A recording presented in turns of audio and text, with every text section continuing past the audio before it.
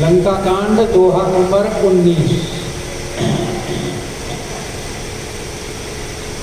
यथामत गज जूथ मऊ पंचानन जलिया राम प्रताप सुमिरि मन बैठे सभा सिरुनाय सियापति राम जय जय राम मेरे प्रभु राम जय जय राम करो कल्याण राजा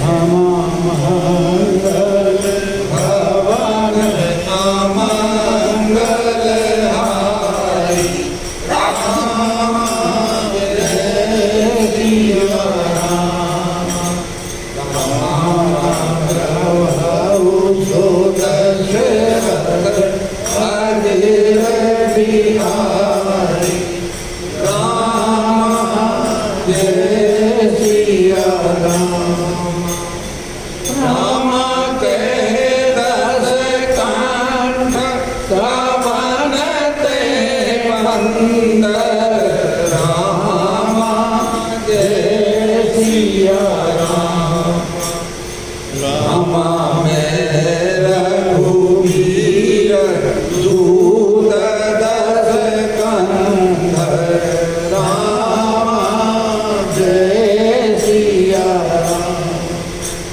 राम राम जाने कहीं तो ही रही मिताई राम जय सिया राम राम तव हित कारण आया हूँ भाई राम जय सिया राम राम उत्तम कुल उलस्त करनाती राम जय सिया राम राम शिव विरंच भूज बहुभाती राम जय सिया राम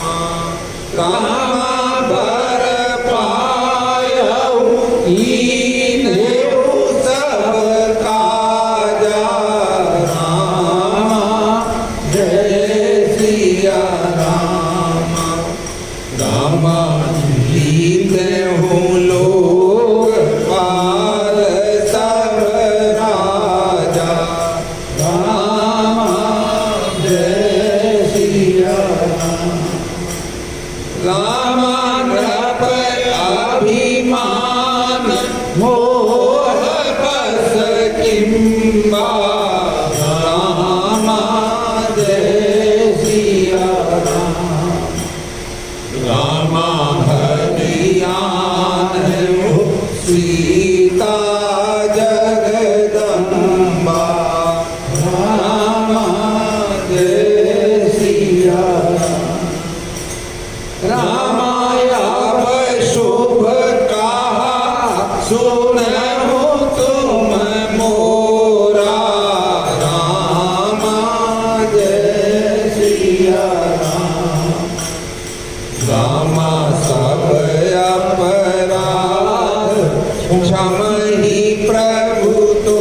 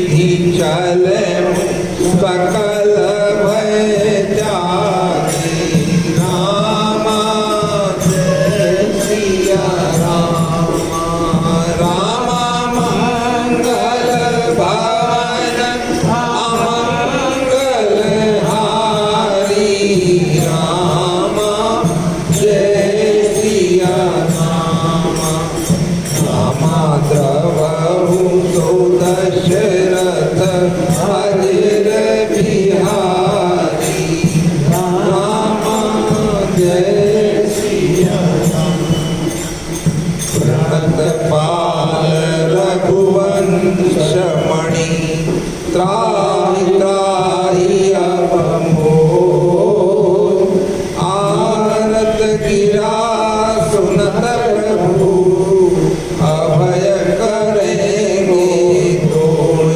सियापति राम जय जय राम मेरे प्रभु जय जय राम करो कल्याण राजा।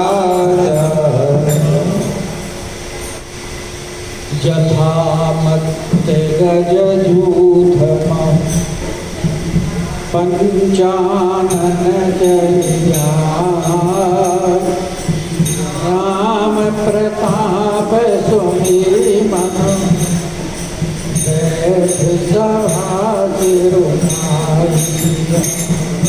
राम जय जय राम प्रभु राम जय जय राम करो कल्याण राजा।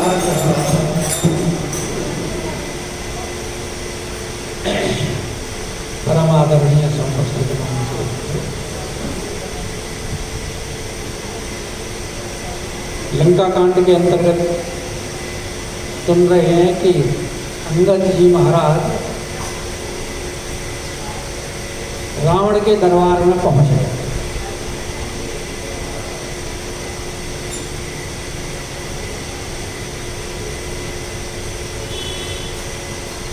और अंगद जी महाराज ने रावण को जब जाकर के देखा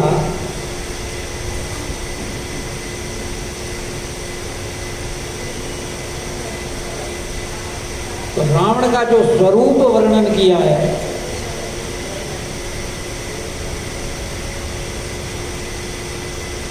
कि रावण कैसा दिखाई देता है,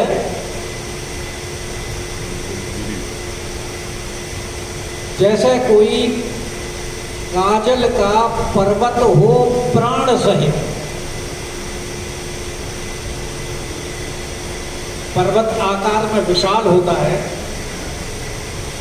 तो रावण की जो विशालता है वो पर्वत के सदृश बताएगी। बस अंतर इतना है कि पर्वत में प्राण नहीं होता और रावण में उसकी सांस अंदर भी जा रही है, बाहर भी निकल रही है, पलक भी झपक रहे हैं। सहित प्राण कज्जल गिरी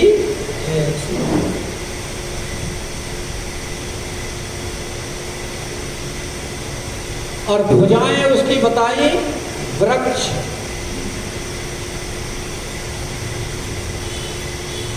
और पर्वत के ऊपर पर्वत की चोटी होती है, ऐसे ही शरीर के ऊपर सिर होता है।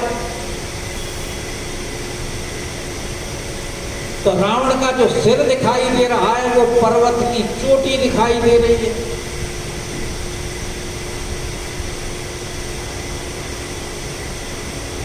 और शरीर की रोमावली है वो लताएं दिखाई दे रही हैं। मतलब सारी उपमा रावण की पर्वत वन और जंगल से। वृक्ष भी हैं, लताएं भी हैं, शिखर भी है, पर्वत भी है।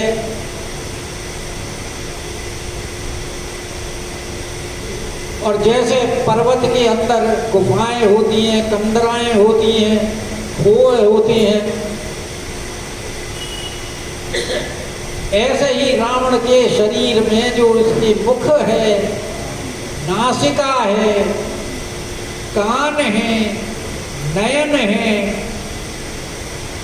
वो भी उसी प्रकार के दिखाई देते हैं कि गिरि कंदरा हो है अनुमाना। अनुमान कर लो, है नहीं।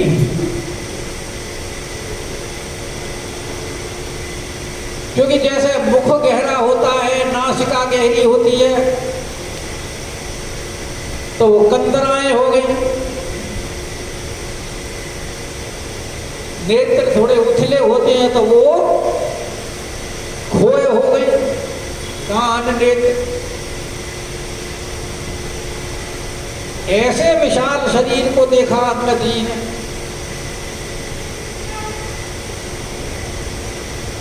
लेकिन अंगद जी भी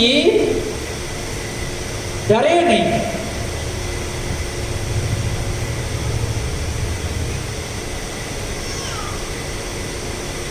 और डरे क्यों भाई, आखिर हैं कौन? बाली के पुत्र हैं।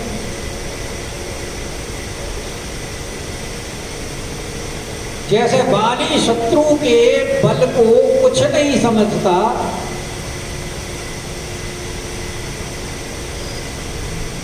ऐसे ही अंगद महाराज उन्हीं के पुत्र होने की वजह से शत्रु को कुछ नहीं समझते।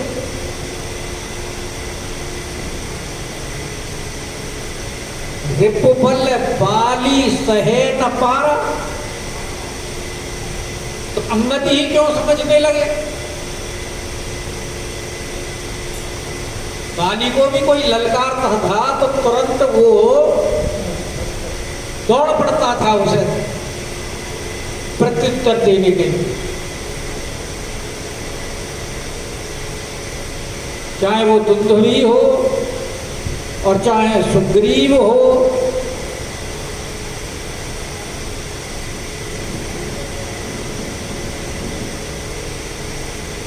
और बल्कि अंगद का जो प्रताप था, उसको तेज को देख करके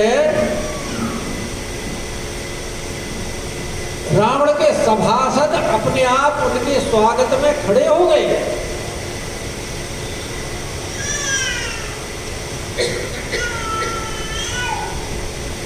क्योंकि जब व्यक्ति के अंदर तेज होता है तो देखने वाला स्वतः प्रभावित हो जाता है, कहने की आवश्यकता नहीं होती।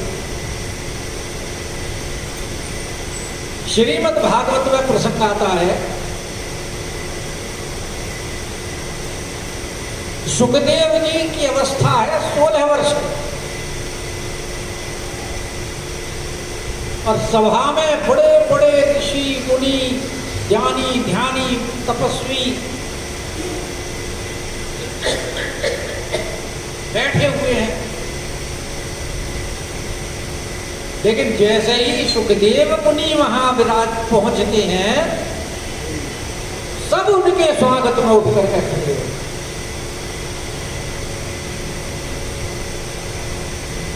और यहां इस समय अंगद के अंदर जो तेज है वो भगवान प्रदत्त तेज है, भगवान के द्वारा दिया गया तेज। और भगवान का तेज जब विद्यमान हो शरीर के अंदर तो सभासद होगी तो बात छोड़ो, समस्त चराचर उठ के खड़ा हो जाए। लेकिन जो अभिमानी व्यक्ति होता है वो किसी का सम्मान करना नहीं जानता। सभासद तो उठे लेकिन रावण नहीं उठा, और बल्कि और क्रोधित हुआ। रावण पूरे क्रोध से। अब भाई रावण उठे क्यों? क्योंकि रावण तो पहले ही पर्वत है। उपमा दे दी उसकी तो किसके साथ? कंचल गिरी के साथ। और भगवान के सामने, भगवान के संतों के, भक्तों के, सेवकों के सामने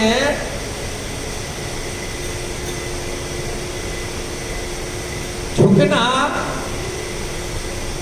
ये कोई इसमें ऐसी बात नहीं, शर्मिंदा होने की बात नहीं है। लेकिन अभिमानी व्यक्ति किसी के सामने झुकता नहीं।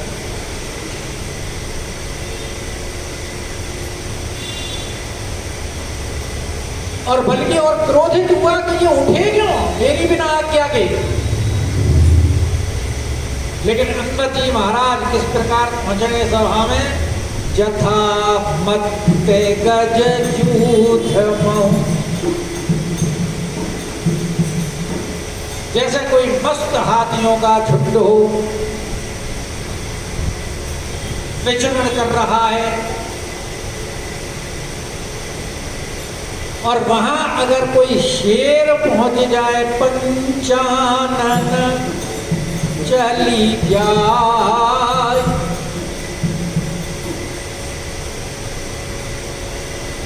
तो हाथी का आकार काफी विशाल होता है, और फिर हाथियों का जहां समूह, कोई अकेला हाथी जाता नहीं, पूरे दलबल के साथ रहता है। परंतु अगर शेर उनके सामने आ जाए तो उस दल में खलबली मच जाए।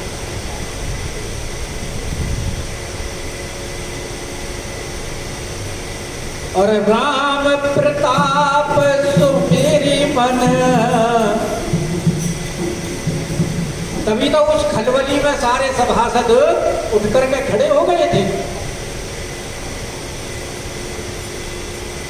और अंगद जी महाराज ने उस समय बोला, ओहो मेरे सामने ये सब लोग खड़े हुए हैं, प्रभु के प्रताप की कितनी महिमा है। तो उसने अपना बड़प्पन नहीं माना कि मेरे प्रभाव से खड़े हुए हैं।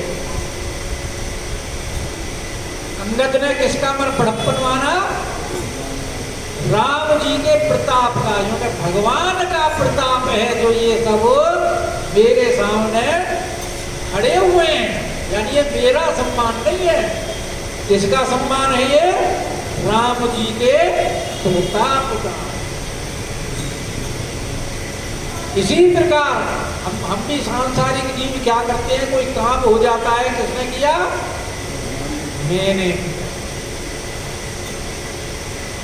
जबकि हम कुछ नहीं कर पाते, क्योंकि करने कराने वाला कौन है? वो ईश्वर। हमें भी सदैव किसका स्मरण करना चाहिए? उस परमात्मा का स्मरण करना चाहिए, न कि अपने आप में भूल के मियां मिट्ठू हो जाना चाहिए।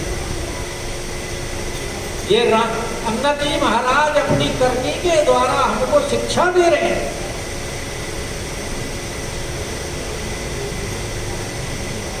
क्योंकि होता वही है जो भगवान करना चाहते हैं, जीव की कोई सामर्थ्य नहीं है। राम कीन चाहई सोई होई, और करे अन्यथा अस ना कोई। जीव की तो सामर्थ्य ही नहीं है।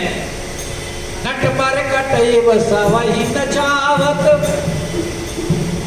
हम तो उसके हाथ की कठपुतली है। We are the toys in the hands of Almighty God. Ram Khagesh वेद असगात, तो अंगद जी महाराज बड़ा सही समझ रहे हैं और कह रहे हैं, राम प्रताप सुमेरी मन, और बैठ सभा सिरोनाय। सभा में सिर नवा करके, क्योंकि एक परंपरा है। पहली बात तो रावण दिग्विजयी है, राजा के सिंहासन पर बैठा हुआ है, तो उसको प्रणाम करना बनता। दूसरे भाई पुलस्त के कुल में है, उत्तम कुल पुलस्त करना थी। अभी आएगा, आगे कहेगा।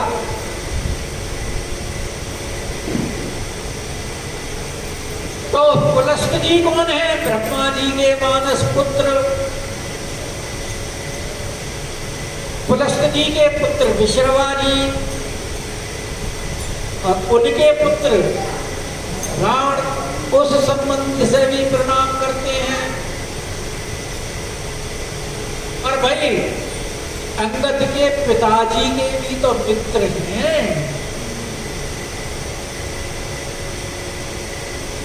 तो इसलिए बैठो सभा से रोना। और देखो विशेषता, अंगद जी जब तक बैठे नहीं तब तक रावण के सभासद भी नहीं बैठे। जब अंगद जी बैठ गए रावण को प्रणाम करके, तब सभासद भी बैठे। और रावण जो अहंकारी है उसको तो और क्रोध उसका भड़क गया, इसलिए वो अंगद से अब अपशब्दों में बात करता है। उसकी भाषा बता देगी कि वो अंदर से कितना क्रोध में है। कि कह दस कंठ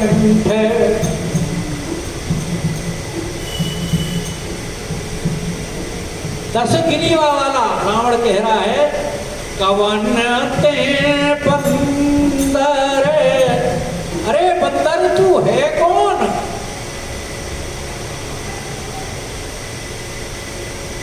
तो उसके पूछने का तात्पर्य क्या है? अरे कहीं तो वही तो नहीं है जो पहले आया था,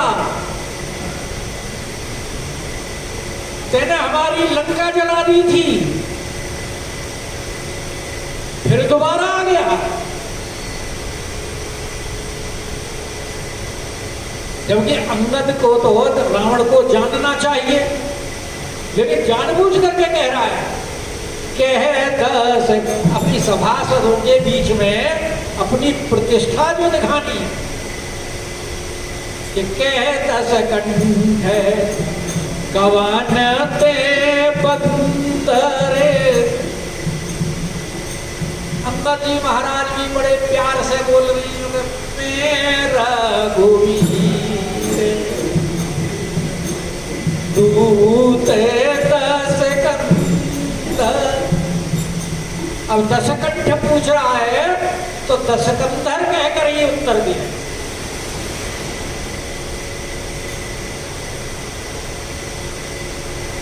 और ये कह दिया कि मैं रघुवीर का दूत हूं।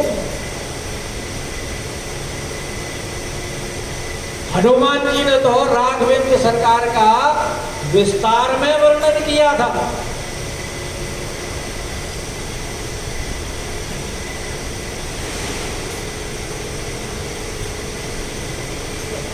जब हनुमान जी से पूछा गया के बल घाली सिकुल खीसा, तो तब उन्होंने कहा सुन रावण ब्रह्मांड निकाया, पाई जातु बल विरजत माया। और बड़ा लंबा विस्तार से वर्णन कर दिया। तासु दूत में जाकर हरियाणे उपरिय नार, और तुमसे सठन सिखावन दादा, ये भी कह दिया हनुमान जी ने कि तुम्हारे जैसों को शिक्षा जो देते हैं। लेकिन यहाँ अंगद जी कि काज हमार तासु हित होई, इसलिए बड़े आराम से बोल रहे हैं कि मैं रघुवीर दस कंठ, मैं उन्हीं राघवेंद्र सरकार का दूत हूं।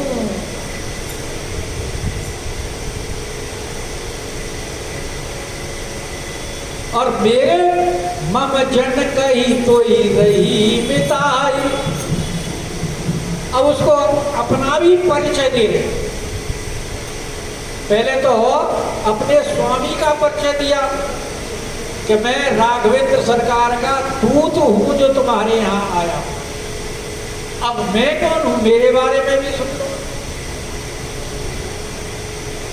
जब मम जन कही तो ही रही, मेरे पिता की और तुम्हारी मित्रता रही है।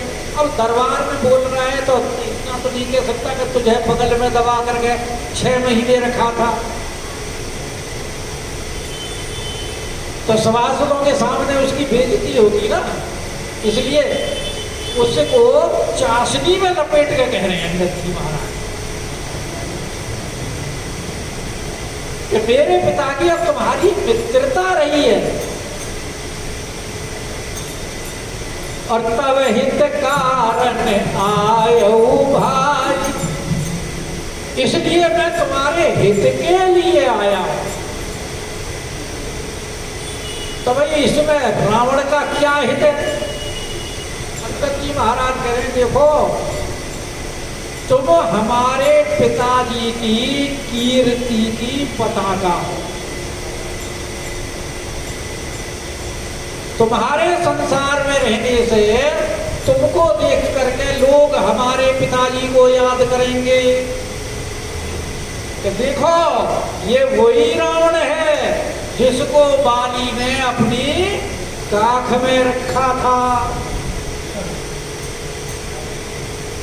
इसलिए इस पृथ्वी पर तुम्हारा रहना आवश्यक है ताकि मेरे पिता की कीर्ति विद्यमान रहे, और अगर तुम नहीं रहे तो मेरे पिता की कीर्ति भी समाप्त हो जाएगी। इसलिए अपने पिता की मित्रता का संकेत देते हुए कहते हैं कि तव हित, तुम्हारे हित के लिए आया हूं कि तुम यहां जीवित रहो, लंका में राज करते रहो और मेरे पिताजी की कीर्ति की पताका फहराते। कि तव हित कारण आयऊ भाई, क्योंकि तुम हो कौन? तुमने जो अब तक जो कार्य किए हैं वो तुम्हारे कुल के अनुकूल नहीं है।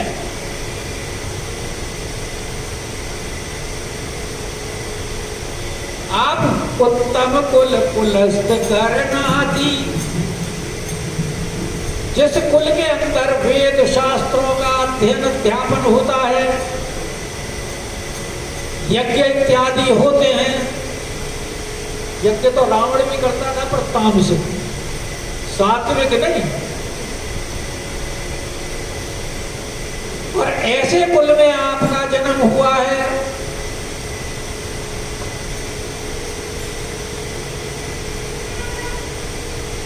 क्योंकि ये है तो रावण कोई प्रताप भानु, ब्राह्मणों के श्राप से ही तो राक्षस बना है। और प्रताप भानु की कथा में भी आया कि पुलस्त जी के जन्म में इसका जन्म हुआ, लेकिन आचरण इसके सब राक्षसों जैसे थे। अरिमर्दन इसका भाई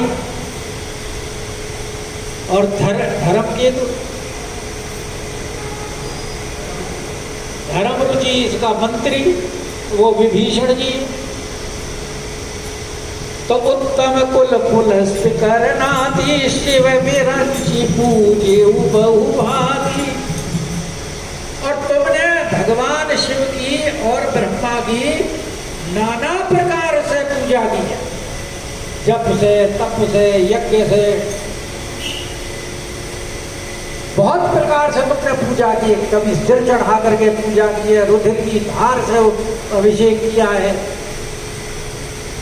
और शिव और विरंची की पूजा के कारण तुमको नाना प्रकार के वर प्राप्त हुए हैं। जैसे बहुभांति पूजा की है ऐसे ही बहु प्रकार के वर पायऊ। और की मेऊ सब काजा, जो नाना, क्योंकि भगवान शंकर की भक्ति से राम जी की भक्ति मिलती, राम जी की प्राप्ति होती, लेकिन तुमने राम जी की भक्ति ना प्राप्त करके वरों को प्राप्त किया। काकभूषण जी के प्रसंग में आता है रखते, जब उनके गुरु जी समझाते हैं कि भाई शंकर भगवान में और राम में कोई भेद नहीं है, बल्कि राम शंकर भगवान की पूजा से राम की भक्ति मिलती है और वो राम का विरोध करते हैं। तो यहाँ भी अब देखो ना, राम और सीता जी का जो जन्म हुआ है वो किस कारण हुआ है?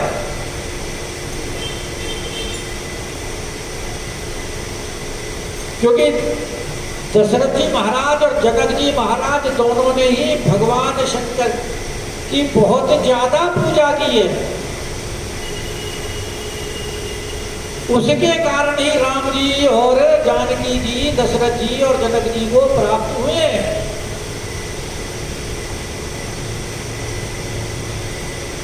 दशरथ सुकृत राम धर देहु देई, दशरथ सुकृत जनक सुकृत मूर्ति भेदे, इन सम काहू न शिव आराधे, इन समान काहू न फल लादे।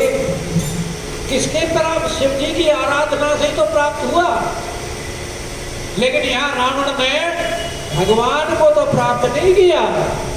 वर पायऊ कीन्हु सब, उन वरों को प्राप्त करने के लिए क्या किया? राजाओं जीते लोग पाल सबरा, भाई पृथ्वी के जितने भी राजा थे उनको जीता, देवताओं को जीता, लोकपालों को जीता, ये सारे कार्य, और ऋषि इत्यादि सबको दुष्ट दिए, कष्ट दिए। तो ये तेने अपनी शक्ति से नहीं किया है, ये सब जो तेने पूजा पाठ की थी और उनसे जो वर प्राप्त किए थे उनके कारण ये सब तू जीत पाया है। और नृपय अभिमान मोह बस किंबा, हरियाणियों सीता। जो कि अच्छा, अगर ये मैंने नहीं किया तो किसने? क्योंकि तूने तो अभिमान में आकर के ये सारे काम किए, और अभिमानी व्यक्ति को कर्तव्य अकर्तव्य का ज्ञान नहीं रहता, और उसी अभिमान में तेने नृप अभिमान मोह बस, उसमें तेने मोह के वशीभूत होकर के उस राजमद में तूने हरियाणे हो, तूने जानकी जी का जो जगदम्बा है, यानी तेरी भी माता है, तेरी पिता की भी माँ है, तेरे दादा की भी माँ है, ब्रह्मा जी की भी माँ है, तेरे गुरु शंकर की भी माँ है, तूने जगदम्बा का हरण कर लिया। यही बात कुंभकर्ण ने कही है, जगदम्बा हरि आनी अब, और शठ चाहत कल्याण। यानी तू पहचाना नहीं तो जगत पिता, यानी राम जी को जगत पिता कह दिया अंगद जी ने, जो हनुमान जी ने लंबी व्याख्या करके कहा था, यहाँ जगदम्बा शब्द में राम जी का भी बखान कर दिया। क्या और जगत माता को तू हर करके ले आया, और तेने इतना बड़ा ये अपराध किया है, उस अपराध से बचाने के लिए अब मैं यहाँ आया हूँ कि तब हित कारण आयो भाई, कि अब शुभ का सुनहु तुम पूरा, कि तुम्हारा अब भला इसी बात में, यानी तुम पर स्त्री हरण के अपराध से भी बच सकते हो। तुमने जो अब तक जितने भी अपराध किए हैं, जानकी जी का हरण किया है, जटायु को मारा है, विभीषण का अपमान किया है, उसको लात मारी है, अब तक तुमने जितने भी अपराध किए हैं उन सारों से तुम्हारी निवृत्ति हो जाएगी, कि अब शुभ कहा सुनाऊं तुम पूरा, सब अपराध क्षमी प्रभु तोरा। तुम्हारे सारे अपराधों को प्रभु क्षमा कर देंगे अगर तुमने मेरी बात सुनी। क्योंकि क्या बात है बताओ, तो सुनो कि तुमने क्या करना है। सबसे पहले दसन कहूं तृण, अपने मुंह में घास दबाओ।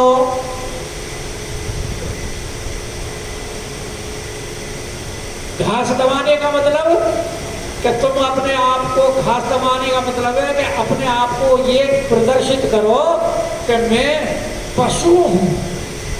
पशु ही तो घास खाते हैं, और पशु अज्ञ होता है, अज्ञानी, उसे ज्ञान नहीं होता।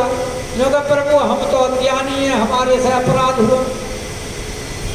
तो दसन गए और तृण कंठे कुठारी, और गले में कुल्हाड़ी डालो।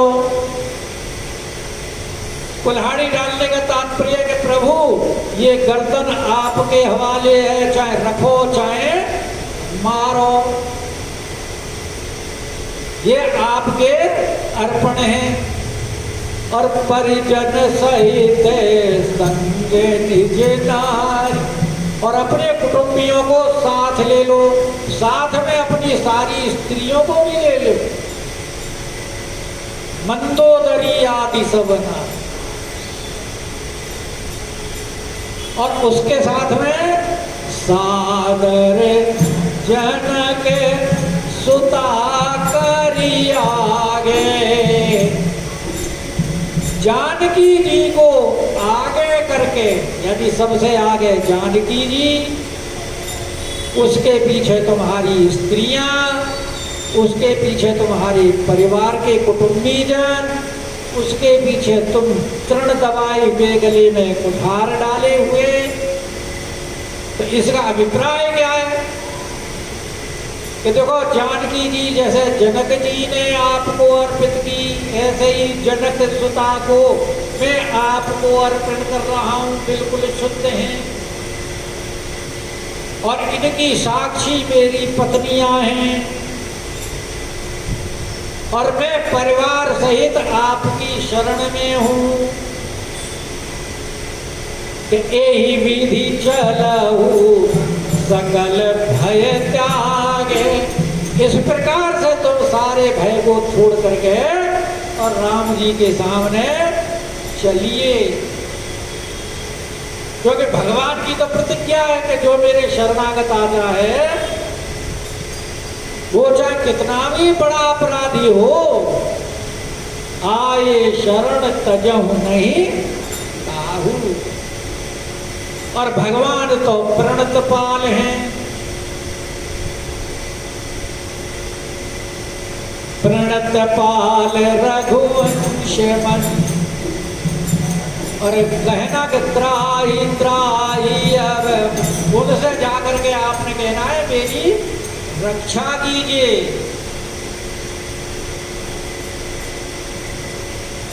और जब वो तुम्हारी वाणी सुनेंगे, आरत गिरा सुनत प्रभु, अरे अभय करे को, तो तुम्हारी आर्त वाणी को सुन करके वो तुमको अभय कर। और अभय करने से भगवान का जो प्रण है, निश्चर हीन करम ही, उसका क्या होगा। और जो विभीषण जी को लंका का राज बना दिया है, उसका क्या होगा। ये सारी बातों का वर्णन कल, और कल हमारी भेजी। बोलिए राजा।